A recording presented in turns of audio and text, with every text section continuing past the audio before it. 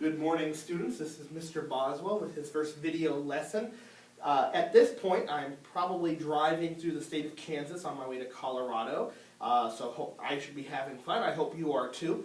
Now, at this point in the day, you should have already covered all the material that I've asked you to read in the textbook, Georgia's War Effort, The Tide is Turning, and The Great Locomotive Chase. So what I want to do is cover a few concepts and basic ideas that are either not well covered in the book or are absent, and to give you a greater idea of what was going on in the war at this time. So I'm going to review 1861 through 1863 in the General Civil War, and then highlight some key roles that Georgia played, and then also touch on the Great Locomotive Chase.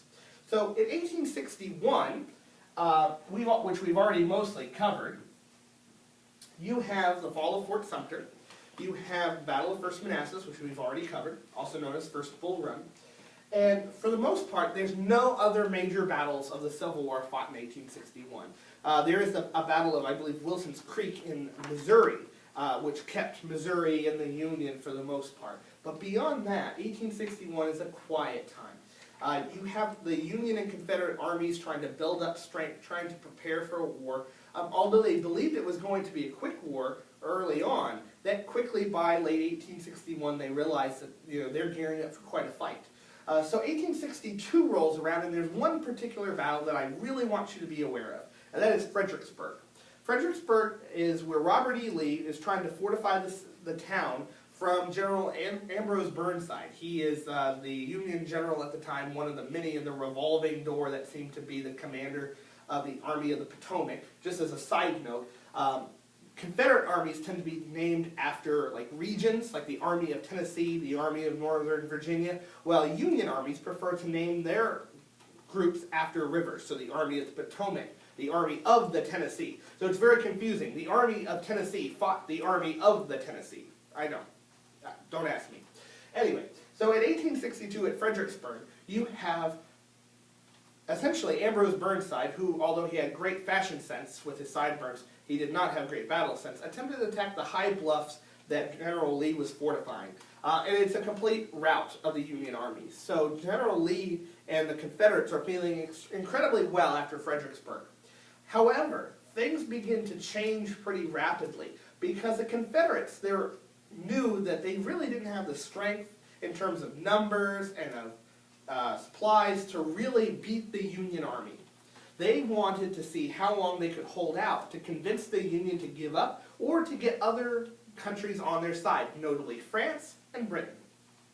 So if they could hold out hope that somebody would accept them as a real country or the Union would get tired and give up, that was how they best felt that they could achieve their independence. So Fredericksburg is a great sign, right? They have defeated the Union Army.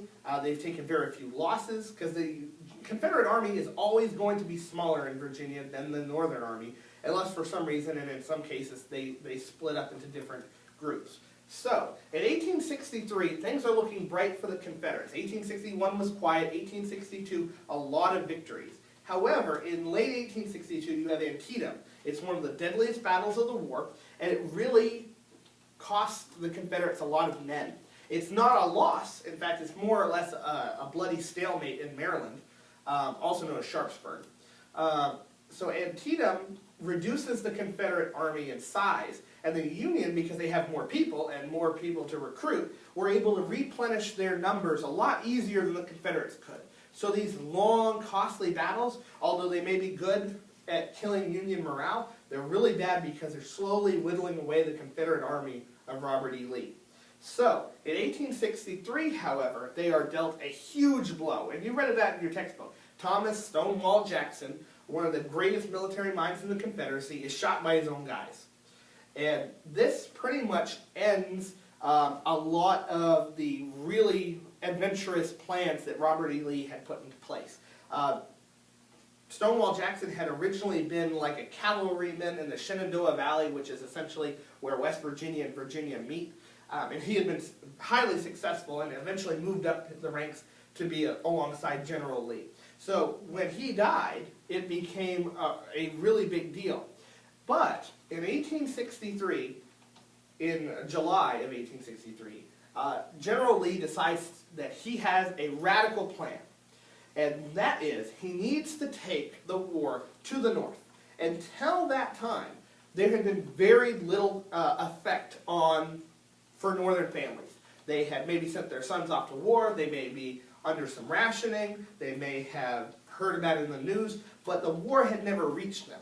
And so General Lee decides that he's going to go and try to fight a war in Pennsylvania, which is a northern state, and had always been a northern state. And his goal was to get to at least Harrisburg, maybe even Philadelphia, which would have been radical if he had managed to do it. Instead, he does meet the Northern Army outside a town called Gettysburg. And this is not one day of fighting, it's actually 3 days of fighting. And unfortunately, the Confederate Army planned rather poorly for it. And fortunately for the Union Army, they were able to get in position to fight this battle. And General Lee's army takes severe losses. The Union Army does as well.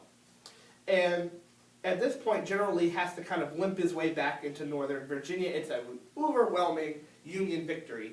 And it also sets in stage a few months later in November when President Lincoln gives that Gettysburg Address that you were reading about. A fantastic speech. It's incredibly short, and he wrote it rather quickly, but it goes down as one of the greatest speeches in American history. So I highly encourage you that if you haven't already read it, go ahead and go back in the textbook and read that. You will find it on page 212. Okay, so Gettysburg is a huge success for the Union, forces General Lee back into Northern Virginia, and this is very important. He is never going to try to attack Union territory again, and it reduces the Confederate Army to a small size. It's too small to really be adventurous and outgoing in their attacks. They're going to have to be a lot more defensive, so that's very important. Next, you have to focus on the idea of what did Georgia do in all this? We're going to stop at Gettysburg. So how did Georgia play this, a role from 1861 to 1863? And it really comes down to supplies. They were the industrial center of the Deep South. They had a lot of rolling mills that could make some types of weapons. They had a lot of arsenals.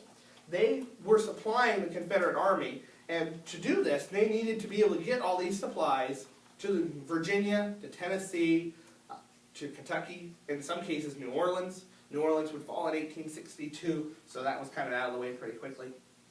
But the railroads are very important, and there are really two major railroads that you need to mention. The first is the Western and Atlantic, which you read about in the Great Locomotive Chase. It's 138 miles from Chattanooga to Atlanta. And then you have, I believe, the Central Georgia Railroad, which goes out from Atlanta and heads in the direction of Augusta, Athens, and it was the main supply route up into Virginia, bringing all these supplies. And again, remember, Atlanta is a small town, incredibly small, compared to the northern cities, but it's a major hub in the South. It's where all these railroads meet. And so that's why, as we'll read later on, General Sherman decides, hey, if I'm going to really strike at the heart of the South, I have to go to Georgia. Because you've got this gate city, as they called Atlanta. It's a huge headquarters for the railroad, which is carrying all these supplies, sending them north, food, men, weapons, up into Virginia to support General Lee. So Georgia plays a huge role in the Civil War. We don't hear about him until 1864 when we hear the march through Georgia. But in fact, Georgia was so important that when Sherman began to move through, they concentrated a lot of effort into protecting Georgia. In fact, several battles were won in Georgia, mainly because it was kind of a must-win situation. Okay, so that's very important. Now let me last go to the Great Locomotive Chase. This was important because it's a classic story. Very exciting, lots of adventure. You've already read that on page 213. But if you go up to the museum in Kennesaw, you can actually see one of the trains that was involved in this, and the other trains at the Cyclorama in Atlanta. Now, you have all these Union spies and some Union soldiers who are sneaking into the South. And they arrive at Big Shanty, which is essentially Kennesaw, Georgia now. And that's where they steal the train. The train originally left from Marietta. So you probably have seen these cities on a map or heard about them. This is right down I-75. So if you've ever been on I-75, you're essentially going along the Western and Atlantic Railroad. I park right outside when I go to school school down in Atlanta, I parked really close to where the depot for the Western and Atlantic ended in Atlanta. So really, this is a lot of Georgia history right along that line. And it's very important to note that not only is this a great story, but it's famous because, as the book mentioned, the first Congressional Medals of Honor are handed out to several of the survivors, those who were not hanged for this crime of treason in the South. Coincidentally, they're not Southern, so technically treason was only something levied against non-Confederates in this case. So that's very important as well.